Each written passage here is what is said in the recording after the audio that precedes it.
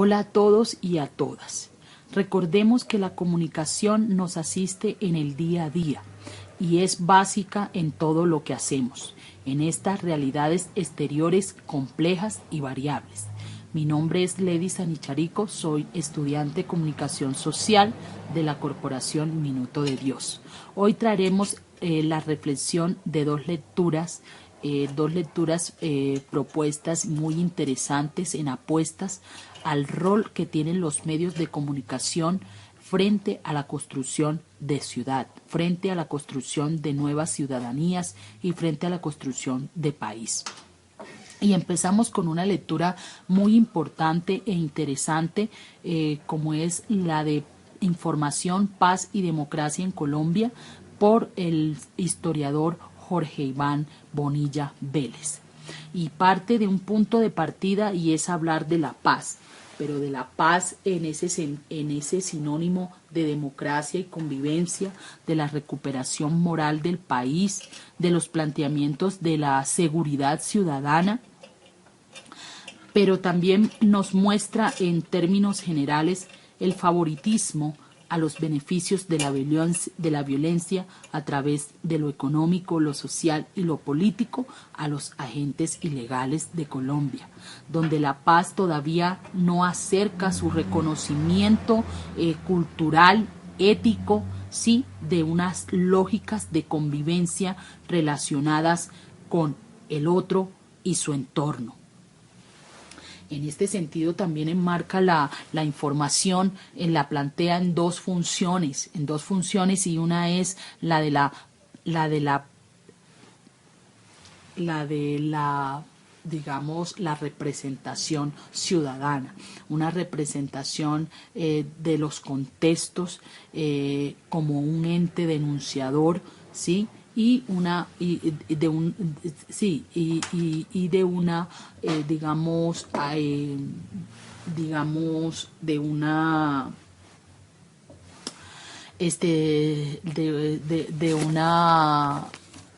protección a las fuerzas judiciales de este sistema que tiene poca credibilidad y poca, digamos, legitimidad por la sociedad colombiana. En términos generales nos reduce que los medios de comunicación están cumpliendo labores policiales y judiciales que no les corresponde. Plantea también dentro del documento los malos entendidos de la información y en qué consisten estos malos entendidos, qué entendemos por esos malos entendidos de la información, y él nos plantea es que los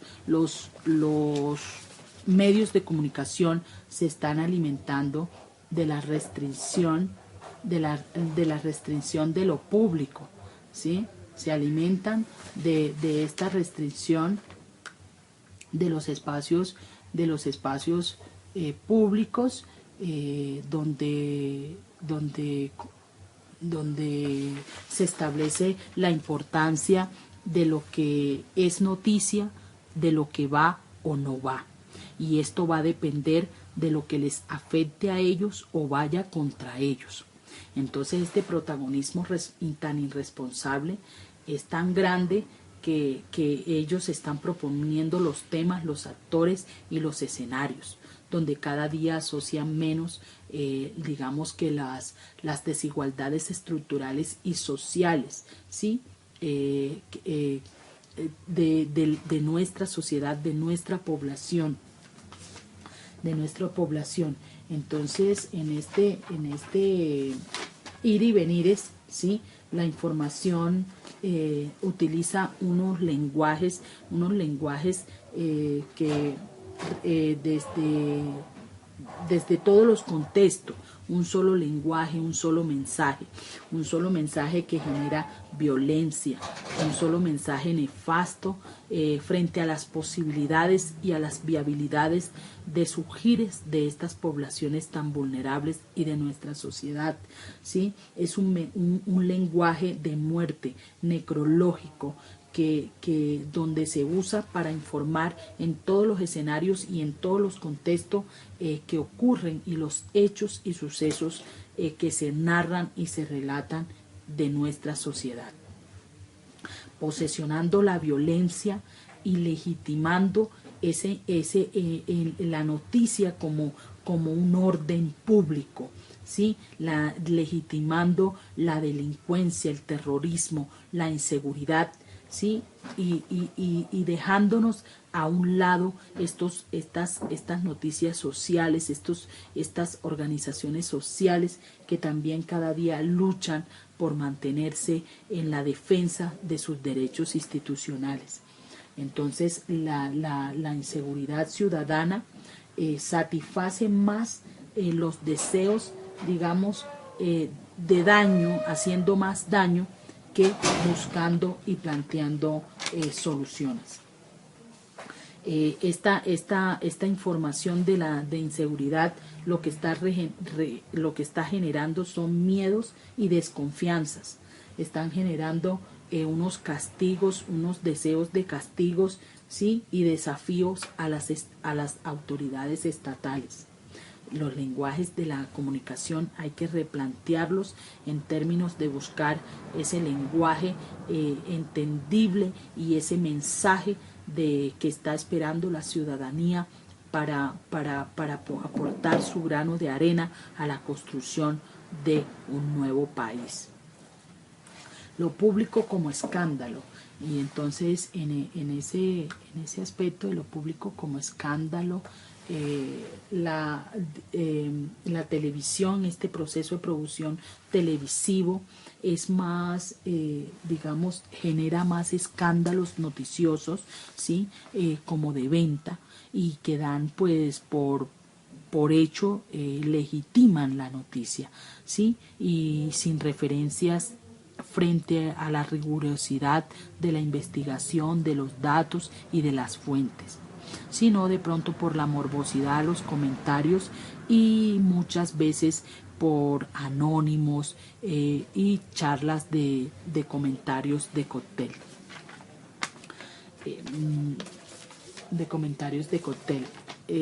Queda, digamos, también nos plantea el individuo, cómo el individuo individual, cómo este contexto, este drama se transmite a lo individual.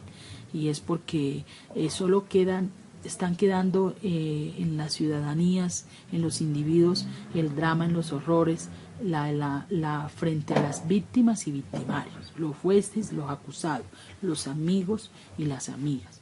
Y la información exalta y resalta más la verosimilitud, pero no la veracidad. Y esta es la problemática de la información. Pienso que los medios son para comunicar e informar de manera masiva, pero que la realidad en Colombia y su contexto es un contexto de información de apariencia donde se cumplen unas series normas coherentes. La verdad no trasciende por los grandes monopolios que son quienes pagan para que se transmita esta información. Nuestros medios están en una etapa de declive. Los panoramas políticos, la corrupción y la falta de garantías no permiten ir más allá. La intervención estatal es cada día más influyente en manejos, más influyente en la veracidad de la información.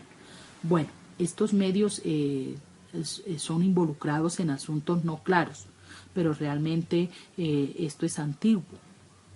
Y había que leer este libro que salió hace poco de Roberto García Ferreira, La CIA en Uruguay, que no habla más de la confabulación de los medios y este organismo en el transporte de la información, en el ir y venir de esta información, ¿sí? Y esto es un ejemplo no solo para Uruguay, sino también en América Latina. Entonces el autor también nos plantea lo público como este drama individual, ¿sí? Donde el problema es la responsabilidad frente a la ciudadanía. La información se da no tiene contextos, ni consecuencias, ni secuencias. Carece de validez social. ni referencias reales. Solo se transmite son chismes, olvidando como tal la noticia, que sirve solo para charla, pero no para formar planteamientos de posiciones críticas frente a las situaciones. Además, es discriminatoria, desvalorativa en los asuntos ciudadanos, descalificados por los grupos políticos, los grupos sociales, los grupos religiosos, hasta los grupos de géneros. Sin embargo, han habido procesos que han buscado comunicar, informar y formar temas de violencia y los temas de debates públicos de las agendas temáticas, ¿sí? Pero han tenido que asumir con gran altura los exilios, las amenazas y hasta la muerte. Entonces, viéndolo desde este punto de vista, también él nos lleva a mirar, que analicemos un poco los asuntos notables, ¿sí? Y en estos asuntos notables hay que resaltar esta lucha de estas organizaciones sociales que también y organizaciones culturales que luchan contra la discriminación, que participan de una manera plural, incluyente en el sentir de esta sociedad en busca de planteamientos alternativos que busquen mejorar y dignificar la vida. Entonces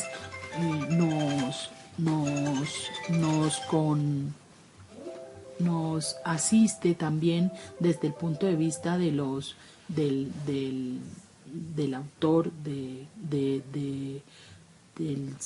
historiador, que los medios exponen esto porque enfrentan situaciones, digamos, de descontentos, inconformismos, que muchos no son reconocidos en estas agendas públicas y en estos espacios donde el poder se cristaliza y además se llegan a los disensos y consensos que son reglamentarios institucionalmente.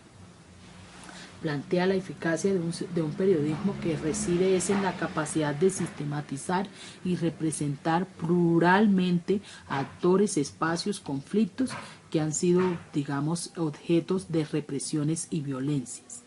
No propone que el periodismo sea el guiador ni el líder de las funciones institucionales o que dirija políticamente el país y mucho menos la vida de los ciudadanos. Pero sí plantea que hay que asumir el rol de lo que significa comunicar como tal en un medio democrático y es posibilitar la expresión pública para generar cambios sociales de las voces que participan en una sociedad que toma en serio y representa a la diversidad.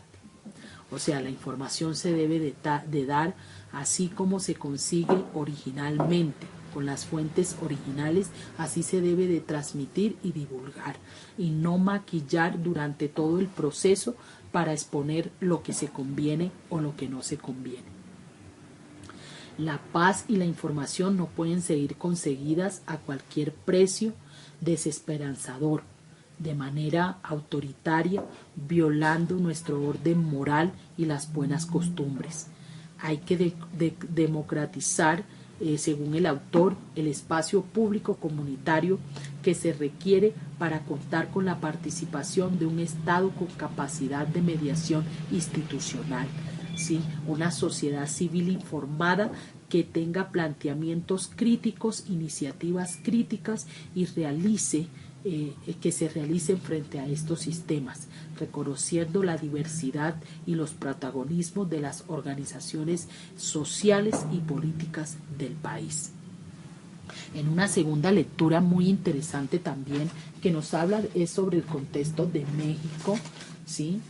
Vamos sobre el contexto de México, donde se digamos que se muestra se muestra la ausencia de los gobiernos en esta sociedad agobiada por una violencia atroz de narcotráfico, terrorismo y violaciones de derechos. Planteados en una nueva manera de que se está haciendo política, una nueva forma de hacer política, ¿sí? En México, y que se está viendo también como ese modelo está también representado y se está dando en algunos países latinoamericanos. Entonces, presenta el mercado que es el que construye la subjetividad, ¿sí?, de esta sociedad, y el consumidor sustituye al ciudadano. Muestran dos cosas muy importantes en cuanto a la labor de los cuestionamientos del Estado, y es cómo se incrementa el crimen organizado, ¿sí?, y cómo aparecen nuevas organizaciones sociales trabajando al margen de la ley establecida.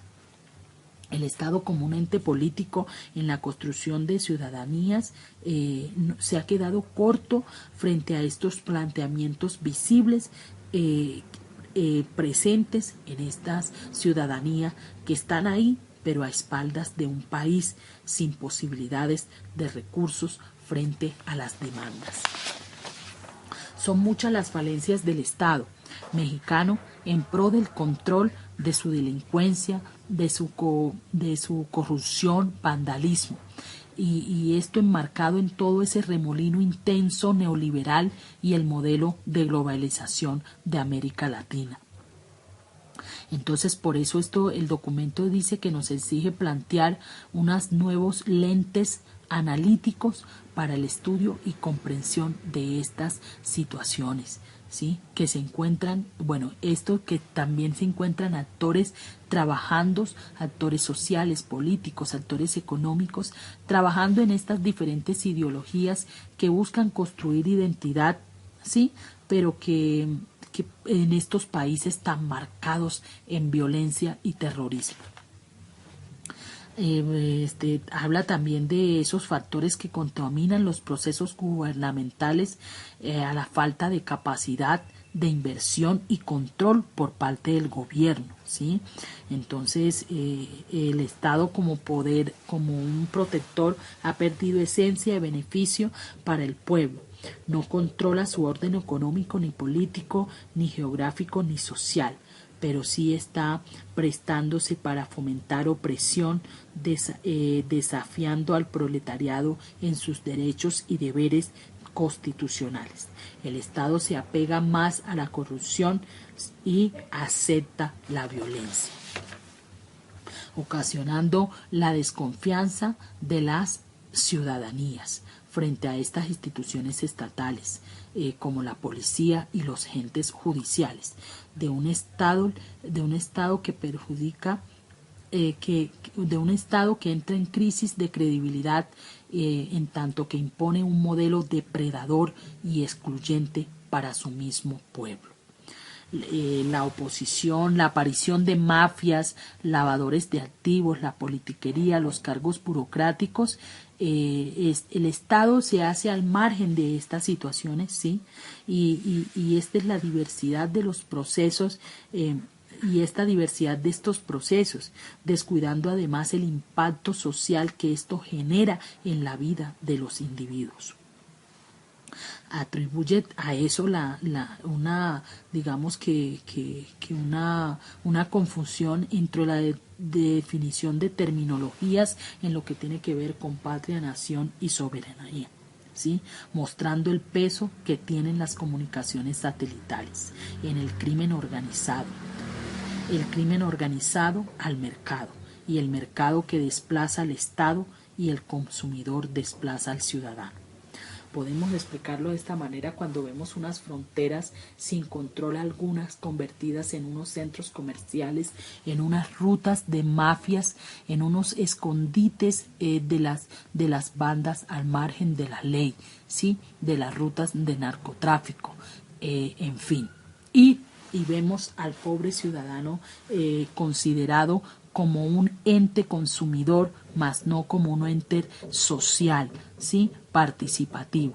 Y si lo ponen al margen de la ley, si no tiene, digamos, los recursos para estar en este medio consumista. Entonces, el ciudadano no establece relaciones sociales, sino relaciones consumistas. Entonces, el valor de las personas van a depender de su consumo. La lectura dice muy,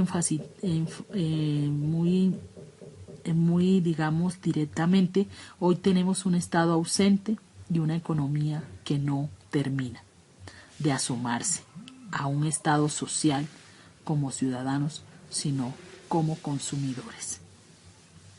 Entonces, este es otro de los factores importantes que resalta, es la violencia de los medios en la sociedad civil, involucrándolos como, digamos, esas herramientas comunicativas que confunden, y que no solo confunden, sino que acallan la voz de los más afectados. La ciudadanía empieza a ser rehén y víctima de estos poderosos monopolios que amputan la libertad, de un poder hegemónico que infunde miedo a través de una noticia, una imagen, un código, a una masa colectiva, predisponiéndola a su cierta realidad. Entonces propone que la ciudadanía debe ser más crítica frente a los medios de comunicación, buscando una salida positiva que valore en medio de estas atrocidades que se transmiten. Entonces también un poco generando, digamos, que ya, digamos, la reflexión personal frente a estas dos lecturas importantes. Entonces planteo que sí, que la responsabilidad que tenemos los futuros comunicadores frente a la sociedad en la construcción de este nuevo territorio, tenemos que encontrar que tenemos en contra un estado de corrupción, una corrupción institucional, que tenemos en contra toda una maquinaria establecida. Cuando salgamos, pues digamos que al ruedo del trabajo y de nuestra realidad, ¿sí? Entonces creo que debemos empezar a construir y a fomentar esos valores éticos con la comunidad, ¿sí? La información debe ser brindada con responsabilidad, debe ser brindada con un lenguaje claro, sutil, que empiece a generar lazos de confianza.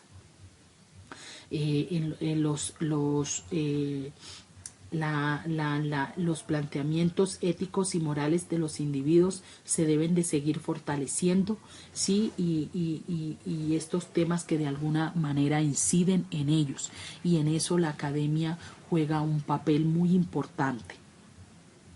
Entonces debemos trabajar también conjuntamente, seguir trabajando conjuntamente con ellos para restablecer y reivindicar estos valores en el individuo. La responsabilidad que se asumen y esta contribución a la construcción ciudadana parte de esos valores de formación del individuo. Entonces, porque si bien es cierto, es el colectivo, y este colectivo es un humano que transmiten, que informan, que saben cómo hacerlo, cómo decirlo, a qué hora y en qué contexto.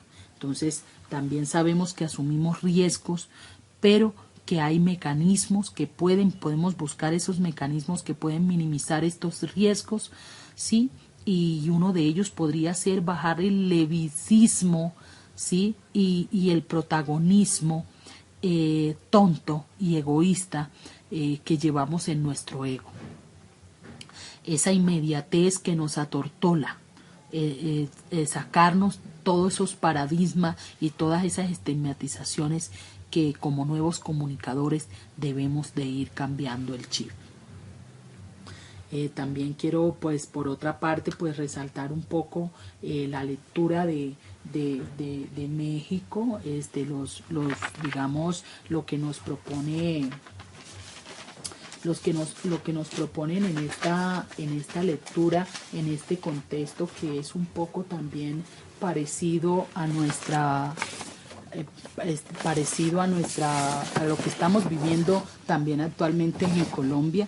Entonces en eso pienso que Colombia marca, y América Latina tiene un retraso cultural e ideológico en estos últimos 25 años, donde concertamos una cultura de comercio y negocio, ¿sí? Y nos concentramos en unos monopolios privados, además que ejercen el control político de los medios. El totalitarismo democrático son paradigmas que excluyen y no plantean soluciones. Entonces, y son estos los paradigmas que debemos llegar como futuros comunicadores a tratar de pasar, de ir más allá. Entonces, la sociedad y nosotros como futuros comunicadores sociales tenemos que tener conciencia y hacer extensivo este mensaje y esta problemática, ¿sí? A la voz de todos los colectivos, a la voz de todas las organizaciones, a la voz de la participación de todas las ciudadanías, ¿sí? Porque si no, está en riesgo la supervivencia de la comunicación, sobre todo en los medios locales y alternativos. Entonces también planteo, digamos, que hay que cambiar la estructura del pensamiento ciudadano, de cómo asume el hecho comunicativo. Y también supervivir a los grandes medios que han planteado un modelo único, un modelo unilateral, un modelo hegemónico, donde ellos comunican y nosotros consumimos. Por último, quiero resaltar que la labor que hacen los medios alternativos, ya que es una información tomada desde la realidad de los territorios, considero que debemos empezar por lo local, el entorno, nuestro barrio, y empezar a fomentar esos lazos que hablaba, esos lazos de confianza, de amor, de fraternidad, esos lazos de valores que se han perdido, ¿sí? Y a través de este fenómeno global y de toda esta economía neoliberal que nos consume. Entonces, desde ahí podemos empezar a construir un país, escuchando las problemáticas, pero también siendo el guía de posibles soluciones para convertirnos en la voz de aquellos que nos necesitan. Una voz firme, una voz amable, una voz que no tambalee frente a las dificultades, una voz que no piense solo en la barriga y el yo, una voz que tenga ética moral, y el compromiso que se tiene por su pueblo, su ciudad y esta gran familia llamada Colombia. Gracias a todos.